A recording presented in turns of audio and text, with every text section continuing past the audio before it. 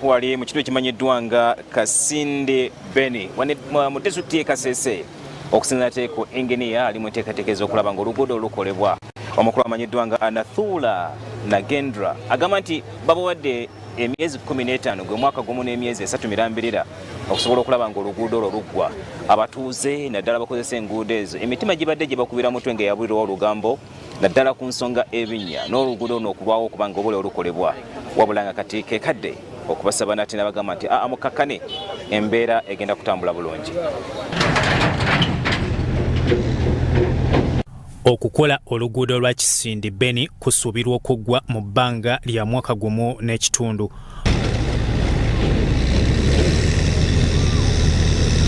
Luno lwe lumu ku nguudo Uganda zezimba mu ggwanga lya Democratic Republic of Congo era akulira emirimu engineer Anathoula Nagendra alambise bw'ati. Actually the road which is existing road, it is too bad. Now we are creating, we are upgrading it. We are doing a good road for them and a good quality in time. We are going to give them the best road in total the Congo, the first road which we are doing the dot services.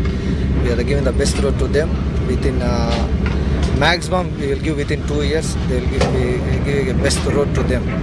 Enguudo zaweebwa aba Dot Services Limited nga luno lwe baliko luweza ku kilomita 8 nga kitundu ku kilomita 134 ezizimbibwa okutuuka e Butembo mu Democratic Republic of Congo.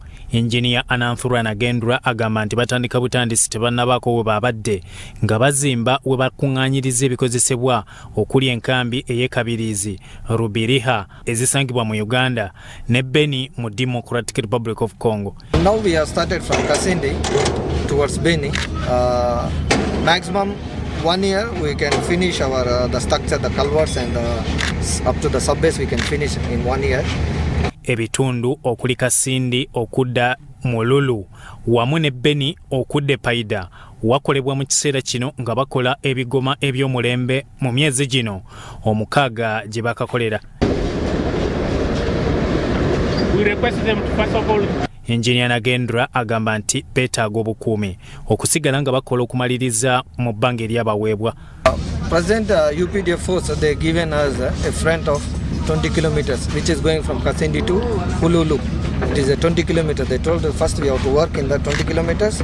Then after finishing this 20 kilometers they can deploy the force because they don't have the much force to deploy up to 20 kilometers. Only the challenges, and whenever we want to go up to BENI direct, we can't go without any deployment of UPDF. So, but present they told me that they are going to add more and more every month.